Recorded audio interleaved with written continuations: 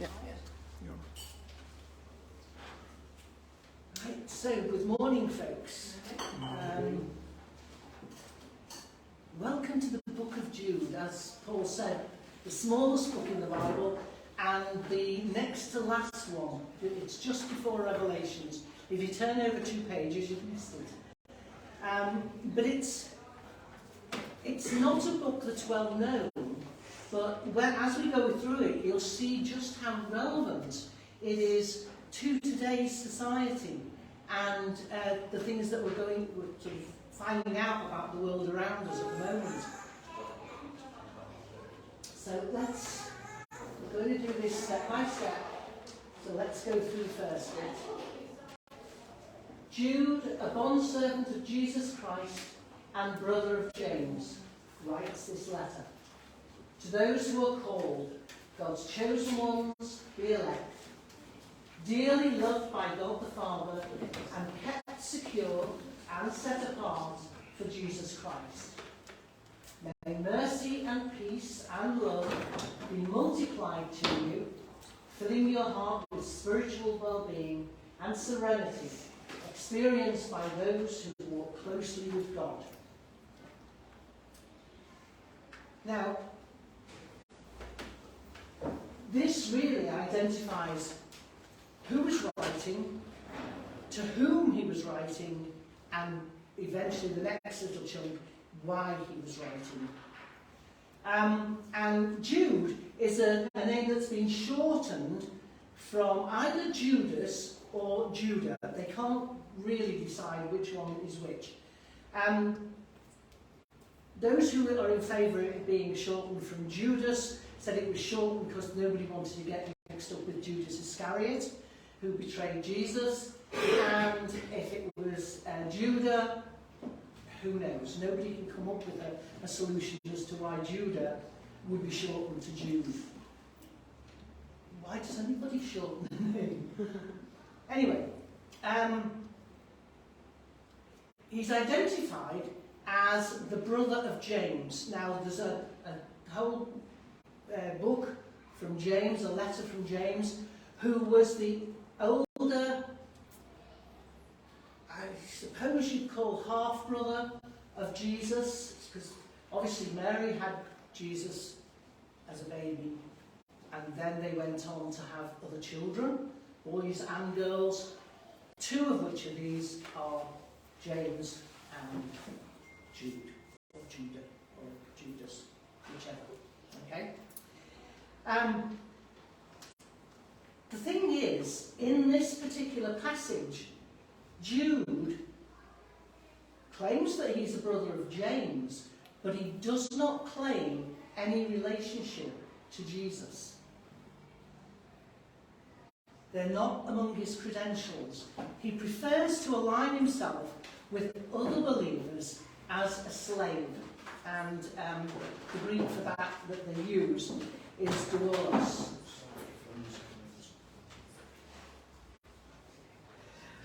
Which means that he's in permanent service. He's volunteered to be in permanent service to Jesus. And in Romans 1:1, St. Paul actually identifies himself by the same word. He also is a servant who is in permanent service to Jesus.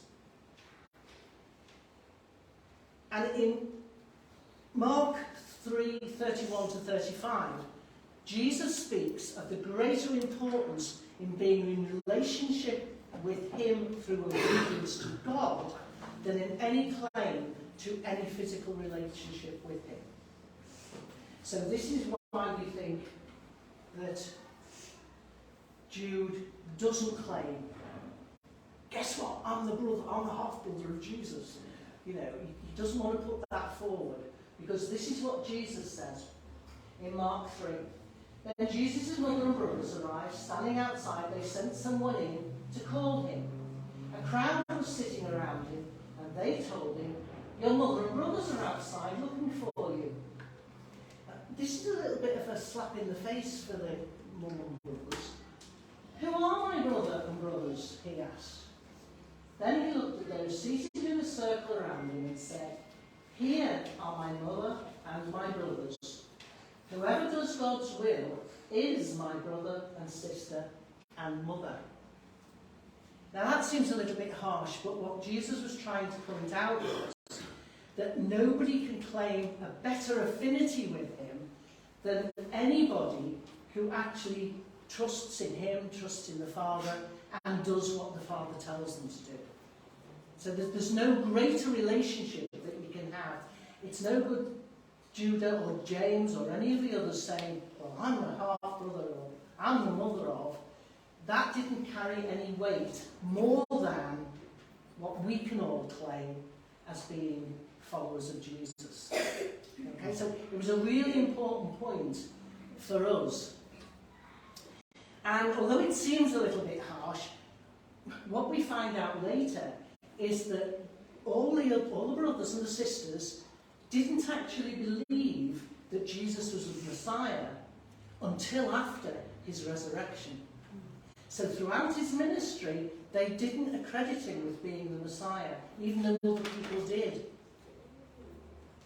To him, he's just the kid brother, or the older brother, we've grown up with him. So he didn't have any sort of kudos, or more kudos with them, until after his resurrection. So then Judah goes on to identify the Christians to whom he's writing. He said who he is, now he's saying who I'm going to write to. And he identifies them in three ways. And unlike last week, where Todd was telling us all about these sort of cryptic ways of writing, so that it was camouflaged to whom you were writing these letters, so you weren't putting them into any danger. There's none of that here. He's really open and above board, and he goes for it with how he describes the people he's writing to. First of all, they're called. And I think I'll go to the next slide. There we go. They're called. The word here is kleinin, used when summoning someone to perform a task, to do their duty, and to take responsibility. So all Christians are called to represent Christ to the world at large and to make a difference in it. But the same term, kleinin, or murder in the Greek here, kleinin, it's also used when you're inviting someone to a special occasion, to a celebration of sorts. And I think that word was also used when Jesus tells the parable of the people who don't attend the wedding feast. And he says to the disciples, go out into the streets and invite the passers-by. And it's that invitation to come and partake in something really fantastic. And finally, it's used when someone's called to court to give an account of themselves. So, if we summarise that, Christians, so the people Jude was writing to, and every Christian since, they're people who are called to action, resulting in great joy and great celebration until they finally face God's judgment. And that summarises that they're called. Who would think one little word could wrap so much information? Secondly, they are dearly beloved by God. And here the call is to be loved, to know that you're loved, and to love in return. Their works are an honour, not a burden. Their service is one of fellowship, not oppression. If you all do something within this church here, presumably you're doing it out of fellowship with everybody else, and not because Todd is standing behind you cracking a whip. Some of you aren't too sure about that.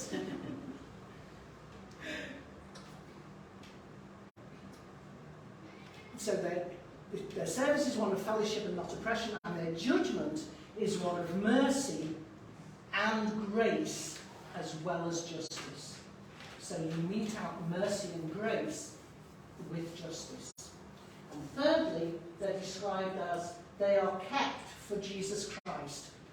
And Jesus promised in the sort of last verse of Matthew's Gospel, that he would never leave us. I will be with you always, he says.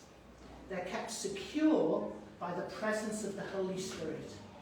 Once you've made a commitment, once the Holy Spirit has entered into you, you are safe forever. I have to clarify that. Your body isn't necessarily safe, as we've seen with people across the world who are being martyred for their faith. It's not the body he's talking about. It's your spirit, your eternal bit, if you like. That is safe. That is never, in fact, and Paul says, who can separate us from the love of God? Once you have his spirit within you, you can never be separated. Okay? So Jude's desire for these Christians, let's go back to the beginning there. Jude's desire for these Christians to whom he's writing is not only that they experience God's abundant mercy, peace and love, but it's then multiplied. It's increased in them so that it can overflow to other people. Okay, sit back again. And we go on to the next bit. Beloved, while I was making every effort to write you about our common salvation, I was compelled to write to you urgently, appealing that you fight strenuously for the defence of the faith which was once for all handed down to the saints. The faith that is the sum of Christian belief that was given verbally to believers. Now, Jude gets down to the reason for writing this particular letter. He's been involved in writing a treatise on the common salvation that's shared by all believers. And when he uses the word common, it's not in the sense of being cheap or, well, it's available for everybody, really. It is available for everybody, but there's only one common way in which you can come to faith. There's not a multiple way pathways to get to faith or access salvation. There's only one way. It's not common. There's not one way for the rich and one way for the poor. There's not one way for the good people and one way for the not so good people. There's not a way for those who are very clever and those who are a bit thick. It doesn't matter. There is only one way of gaining your salvation. And that is in believing. So everybody gains their salvation or is saved by believing in the life, death and resurrection of our Lord Jesus Christ, the only Son of God the Father. However, these are dangerous times that Jude's living in. He was probably writing in about AD 80 to 90. And we know this because as you go through, you sort of find out that he's talking about the apostles as though they're quite a bit in the past. And by AD 80 or 90, all but John would have died out. They would have all been martyred. So that's how they've sort of guessed when he was writing. And also, Jude's letter almost mirrors Peter's letter, his second letter, the one that's a little bit sort of further forward in the Bible. So Peter 2 and Jude are very similar in what they're trying to get across to the Christians. Now I've lost my place. Okay, here we go. They're dangerous times he's writing in, and he urges believers to fight strenuously. And he uses the word you. I want appealing that you fight strenuously. Okay? Because he wants every single Christian to participate in the defence of the faith that was once for all handed down to the saints. So it's not about an individual's personal faith. It's not, oh, well, this is what I believe. It's about the truth of the gospel message. He's going back to basics. It's not what we've heard recently, it's not what's being said, it's what started right at the very beginning. The gospel message that was handed down from generation to generation, beginning with Jesus and the apostles, and then finally reaching out to us today. It's gone down the generations, century after century. And it's the unchangeable message which transforms lives and brings individuals into a personal relationship with the Father through the Son. It's given to the saints, to believers, to guard and pass on in an unadulterated form to others. So it's our job, obviously using the Bible, which is the Word of God, to pass the gospel message on to the next generation and the next generation and so on and so on. And it's to be in an unadulterated form. So let's see what the problem was. For certain people have crept in unnoticed, just as if they were sneaking in by a side door. They are ungodly persons whose condemnation was predicted a long ago. For they distort the grace of our God into decadence and immoral freedom, viewing it as an opportunity to do whatever they want, and deny and disown our only Master and Lord, Jesus Christ. Now that is one heck of a condemnation. Back to the Greek. The Greek word pariesduein, as I said, I've probably slaughtered it, but pariesduein, translated here as crept in unnoticed, is very expressive. It implies a slow but steady infiltration of something that's always evil into the minds and then the lives of people, which causes a change in their society and that then undermines and breaks down the moral and ethical code of the society. So, can you see what he's fighting against here? He's got these people who are creeping into the church. Some of them are leaders. And what they're doing is they're preaching something totally different to what the gospel message is about. Totally different to what the first apostles preached. Totally different to what we now find in our Bibles. And Jude doesn't identify these people by name, but he identifies them by type. These are the type of people that are coming in and doing this. And he identifies the perversions, and from the descriptions that he gives, we know now that one group were antinomians and the other were Gnostics. Now, Todd's talked quite a bit about Gnostics. There is a bit that's new to this passage that he didn't touch on because it wasn't relevant to John. But these two groups of people were Greek believers. You know, how many different sects have we got around now? Spreading different ideas? There's nothing new under the sun.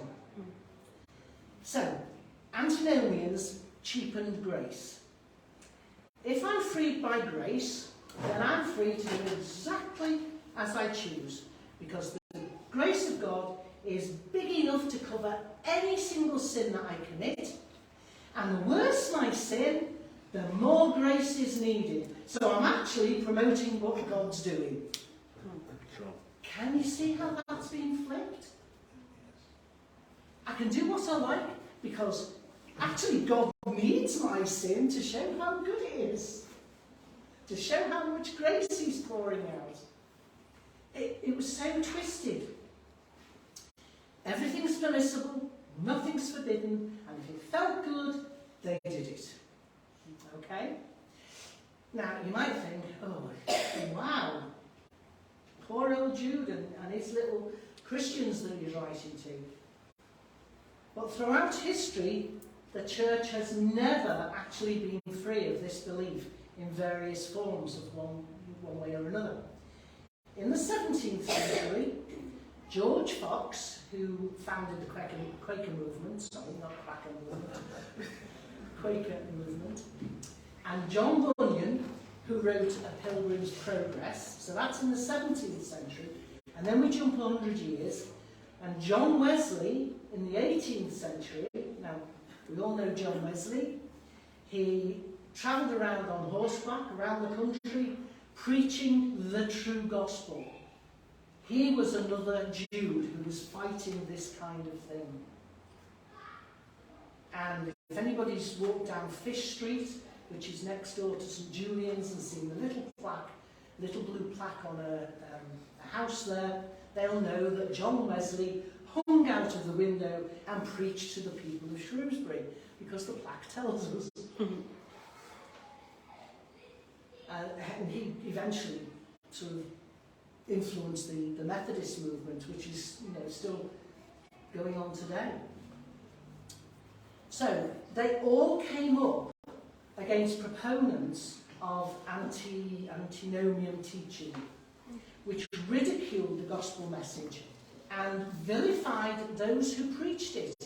If you preached the gospel message, for goodness sake, you don't know what you're talking about. Free yourself of all this tyranny that the gospel chains you to. Be like us, be free, enjoy life, do what you like. Is this starting to ring bells? And then we go on to the next group, the Gnostics. They denied that there was only one Lord and Master, Jesus Christ. And remember, that's to remind me, God's teaching on Gnosticism. Spirit and matter, remember? Spirit is good, matter is evil, the body's matter, you can do what you like with it. Remember him saying? But their dilemma arose because they couldn't equate a God who is pure spirit having created the earth, which is matter. So how can a pure God create an earth which we believe to be evil because it's matter? The two things don't weigh up. So, as with any of these things, if you get a problem, let's see if we can explain it away. So, they decided that God must have put out a series of spirit beings, which apparently are called eons, which is where we get eon for ages, put out a series of these spirit beings getting further and further away from him, until at the end of the chain, so you've got God here, then an eon which is not quite God, and then you've got an eon, and then another one, and then another one, and then another one. And as they get further and further away, they get further and further away from the grace and the purity and the honesty and the goodness of God, until you reach the end of the chain, and then they've got a little eon who was evil enough to actually handle matter and create the earth. It's crazy. Absolutely. But they believed it. And they were promoting it, and they were saying that this is what it was like.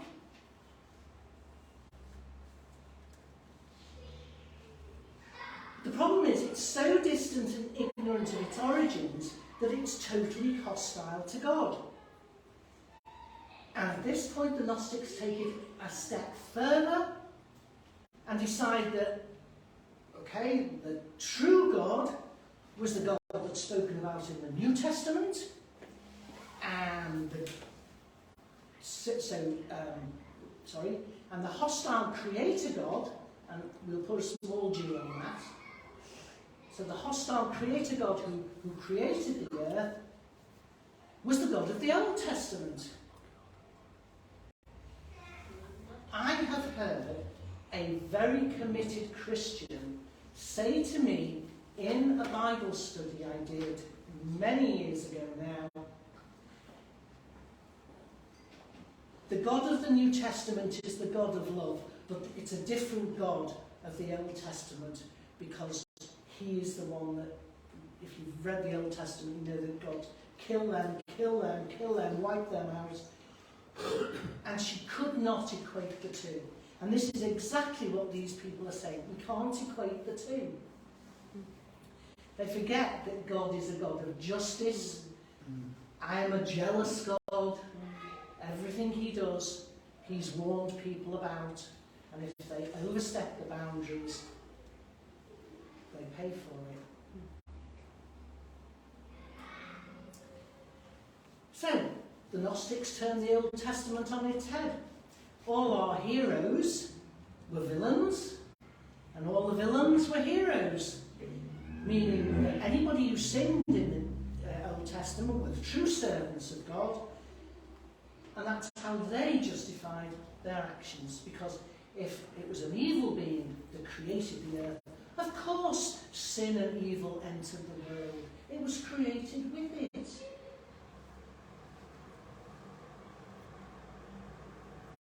And again, how can people fall for this? But these men also have mistaken ideas of the nature of Jesus. Firstly, since matter was evil, Jesus only appeared to have a human body. He was a kind of spirit ghost that took on the shape of a man. They denied all the humanity of Jesus. Now, I've met somebody who's flipped that on his head and denied the deity of Jesus. So these aren't things that are current now. I was in a Lent house group, and we were talking about the crucifixion. And this guy categorically said, well, it wasn't God that was crucified on the cross, because when Jesus says, my God, why have you forsaken me, it's because God took himself out of the human body, which he had inhabited at the baptism of Jesus. You know, when the Spirit comes down on Jesus as he rises up out of the water. The Spirit had come down and entered into Jesus, and then he was God. And then when he was being crucified, God took the Spirit away, and so he was a human being. So it was just a human being that died on the cross, not the Son of God. And that is a Christian who was in a church in Shrewsbury. So these things are not new, and they have not gone away. So perhaps you're beginning to see just how relevant the book of Jude is for today.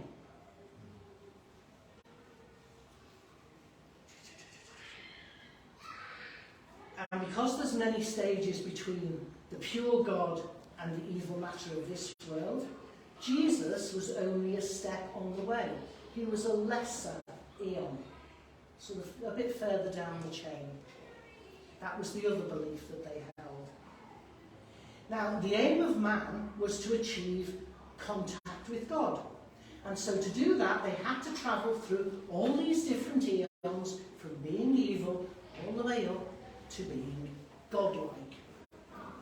And the way to do this was by special and esoteric knowledge that was granted only to a very few select people who were very privileged to have it. So everybody in the church was divided into two classes. Those with the special knowledge, and unfortunately the rest of the populace, who was the vast majority, who, I'm sorry folks, you're thick as two short planks, you cannot possibly have the special knowledge to reach godlikeness. They were unable to climb the eons. But the ones with the special knowledge sometimes were so knowledgeable and so spiritual that they could surpass Jesus on the chain of events, if you like. Now, what you have to do, just think of this, what you have to do is go through the eons from your base nature to when you get spiritual goodness. Which is the religion, I'm asking generally, I know, which is the religion where you start off and you get reincarnated into another better being, and then you die and you get reincarnated. If you're good, you go up a step to be more spiritual, and then you get reincarnated and you come back and you get more spiritual until you reach nirvana, when you become spirit with God. That's a religion that's really, really strong today. So these beliefs, they're wrapped up in so much of what's going on in the world now. So no wonder Jude was alarmed and concerned. He was faced with the situation of having men who'd wormed their way into these little churches, and they were only little churches because the vast majority were still house churches. They didn't have big buildings where hundreds could come. Most of them met in small house churches, and they were being infiltrated by these people coming with these ideas and belittling the true gospel. They were twisting the grace of God into justification and even reason for sinning in the most blatant of ways. They denied the manhood and uniqueness of Jesus Christ, and they were guilty of spiritual snobbery and pride.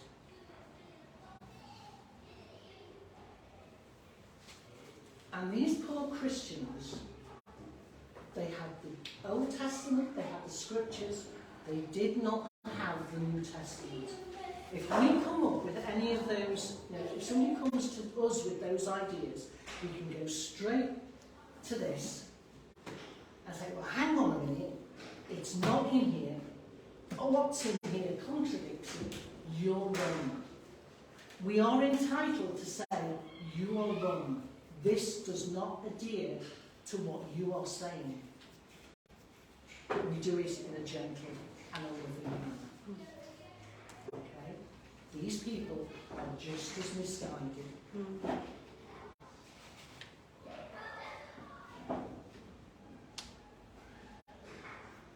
This is why these letters that are sent out to the little churches were so important. This come back to the straight and narrow. Come back to what Jesus taught. Come back to what the apostles taught us straight after Jesus' death.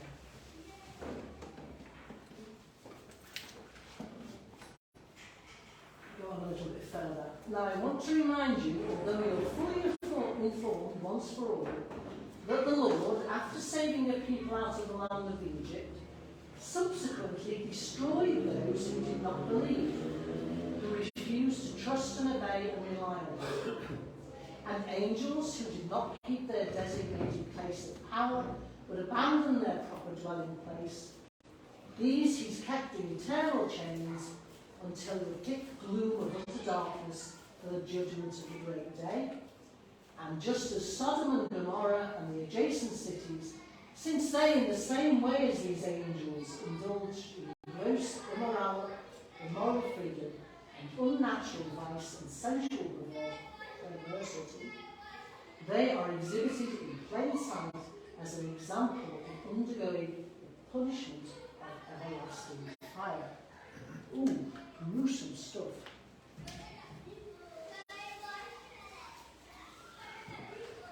So Jude now recounts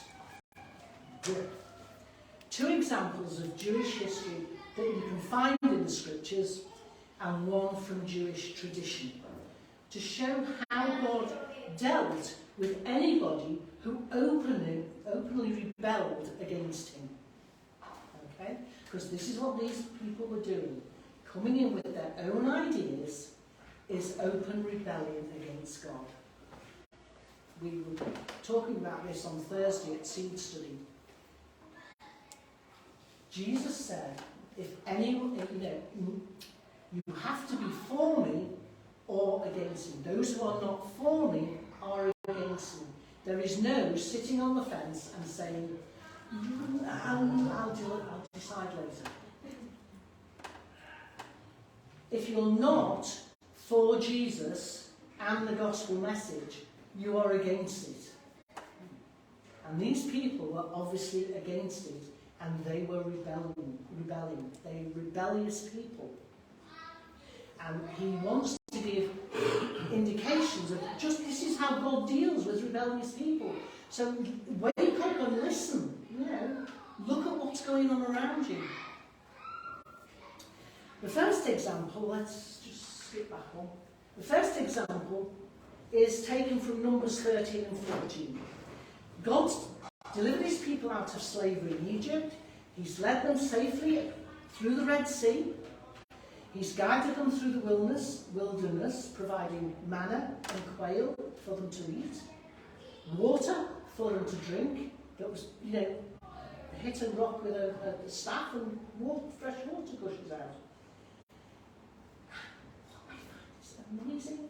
Through all the wandering, none of their clothes wore out. Neither did their shoes, their sandals. Talk about God's provision.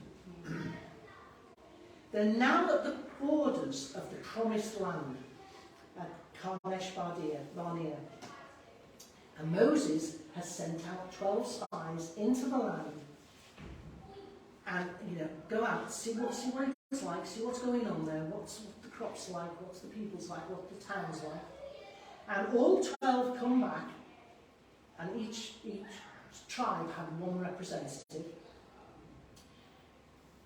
Because he wanted to know what was on the other side of the Jordan River. What are we going into? So, spies returned. Oh, it's absolutely magnificent. The cities are brilliant. They're built so well. The vineyards are absolutely packed. The grain fields burgeoning with grain. It's a land of wealth and prosperity and goodness. Oh, but the inhabitants, they're big and they're strong.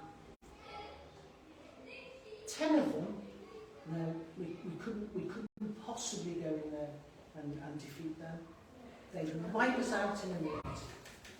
Joshua and Caleb, the only two who said, well, our God's seen us through all of this. He's protected us. He's wiped out the Egyptians. He's now said, I will give you this land of Canaan. We know it's worth having. Let's go. But the 10, and here we go again, the 10 talked to the bulk of the Israelites and persuaded them that no, we couldn't trust God because they over there were too strong, they were too big, they're too dangerous, we couldn't possibly stand against them. Insidious men coming and preaching against God's capabilities again. So the 10 skeptics have convinced the people it's futile to attempt to take the land, despite all that God's done for them. And everybody moans. How many times you go through that story of the Israelites escaping Egypt and ending up in Canaan, and the number of times the people started moaning, the people started complaining. We'd have been better off staying in Egypt. At least we were fed there. We were protected, and the fact that they were flogged if they didn't work hard enough was a forgotten result.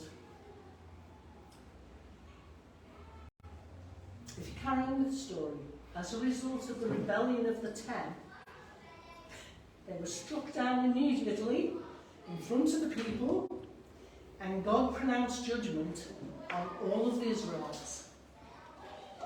Apart from Caleb and Joshua, they were to go back into the wilderness, and they were to wander in the wilderness for 40 years until the whole of that generation had died. And only the people under 20 at that point So they would have been, 60 by the time the 40 years were up. Only those were allowed to enter the land. I used to think that the whole journey from Egypt to Canaan took 40 years. I didn't realise they went straight to Canaan, could have got in next to no time, and because they didn't trust in God enough, they were sent out into the wilderness until they'd all died off. They were a rebellious generation. Second example, but we have to jump a bit, because the second biblical example is here. It's taken from Genesis 19, verses 1 to 11. Two angelic beings had travelled to Sodom at the request of Abraham. He'd been told that the two cities of Sodom and Gomorrah were going to be destroyed by fire, but Abraham's nephew Lot and his family resided in Sodom. And he pleaded for them, please, can I rescue them? It's all right, we'll go and rescue them. The two angelic figures said, we will go and rescue them. So, they meet Lot at the gate, and Lot invites them back to his house and says, come and stay with me. I'll, give you a meal. So they do. They go into his home. They're fed. And during the evening, a horde arrives at the doorstep, hammering on the door, all the men. We want you to hand over your two visitors because we want to have sex with them. Which is what Sodom was renowned for. Lot decides, leave me two visitors, because any visitor is sort of sacrosanct within Jewish tradition. Have my daughters instead. No, we don't want the daughters, we want the men. So the two angelic visitors have to rush Lot out, and his two daughters and his wife. The sons-in-law didn't believe. They would be daft. They stayed behind. They were with the mob. They were rushed out away from Sodom because it was going to be destroyed. God was not going to allow that to continue. And they were told not to look back. And the story has it that Lot's wife looked back and was turned into a pillar of salt. And apparently, on that plain, there's lots of pillars and stones. So one of them could be Lot's wife. And I think the reason she was punished was, if you're fleeing for your life, and you know you're not being pursued, so they knew they weren't being chased, they just had to get away from the city. So if you're not being pursued, when you have to flee for your life quickly, you do not turn to look back until what was back there held you, had a pull on your heartstrings. That's where I want to be. And I think that's what she was punished for, not just for looking back. It was because her heart was still in Sodom. And then, as we know, fire rained down from heaven and absolutely annihilated Sodom and Gomorrah and all the towns around it, because of the cruelty and the evil that flourished there. And then if we just go back to this bit about the angels, the third example is only from Jewish traditional writing, but it was well known at the time. It was like we read Christian books now. They read Jewish books. And so it was accepted historically, traditionally, but it wasn't included in the Bible for a reason. And it talks about the fall of the angels who rebelled against God in one of two ways. One centres around Lucifer, the light bringer, the son of the morning, who considered himself equal to God and led a band of angels in civil war against God. and he and his followers were cast out of heaven. And the other, which actually does crop up in Genesis, tells of angels who are so attracted by the beauty of mortal women that they left heaven and seduced them. So they rebelled against the natural order that God had established for angels. Now, these examples are the results of succumbing to temptation to go against the will of God, not accidentally, not fleetingly, but insistently and persistently. So, when we're talking about sinning, we're not talking about the mistakes we all make. Because I hope and I pray and I believe that everybody here wants to live the kind of life that Jesus lived and does their best to do it. These people didn't. They didn't give two hoots for how Jesus lived.